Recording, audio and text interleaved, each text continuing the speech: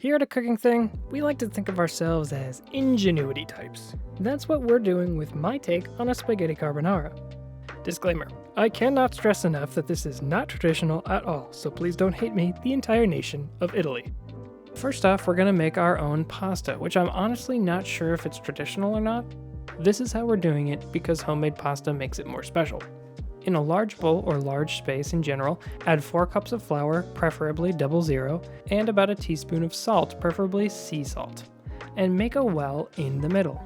Dig, dig, dig. If we were pirates, the treasure we found would be the eggs we made along the way. 4 specifically. Let's whip those into shape with a fork, then start tossing a little flour in there till it starts to come together. Keep going. It's gonna be rough. You can add a little water if it's too dry, but you're gonna have to feel it out. Keep kneading for what feels like ever, 10-ish minutes, until it's fully combined and firm to the touch. Wrap it, and let it rest for 30 minutes to half an hour. Now, if you don't have a hand-crank pasta mill, you can do this by hand. I'm not, because I do have one, and I did the whipped cream from scratch in the key lime pie video, so you can't make me. If you want to though, you can use a rolling pin to roll it out by hand, fold it over itself, and roll it out again, a bunch of times until it's very, very smooth.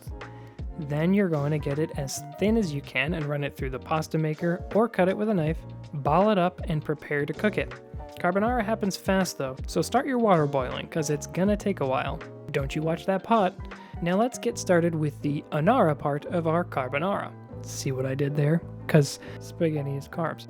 This is where the hate comes in, so I'm gonna try and give it to you as the traditional way, and I do recommend you try both. Tradition states guanciale or pancetta. By all means, these work.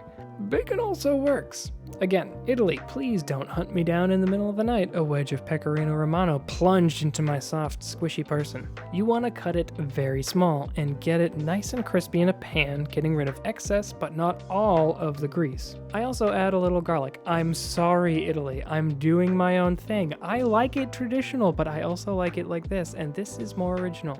I assume once this comes out, I will not be allowed within the city limits of Rome.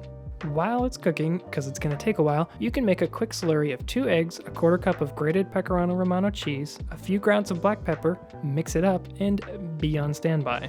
Alright, time for the tough bit. Our water should be boiling and our pan of crispy bits is done. So, kill the heat on that pan and get the pasta in the water.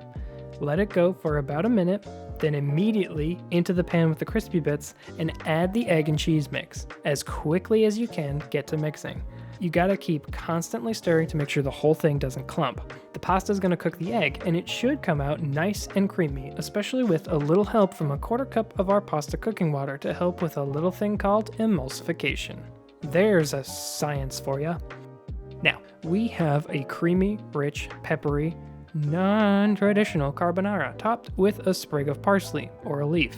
Clump of leaves? Put some parsley on it, it looks nice. Okay, I have to go pack. The Italian food police are coming for me now, and I have very, very little time before they invade my home and mamma mia. So, till next time, check out the full-length uncut recipe with the warm and fuzzy sounds and the no talking, or check out another recipe.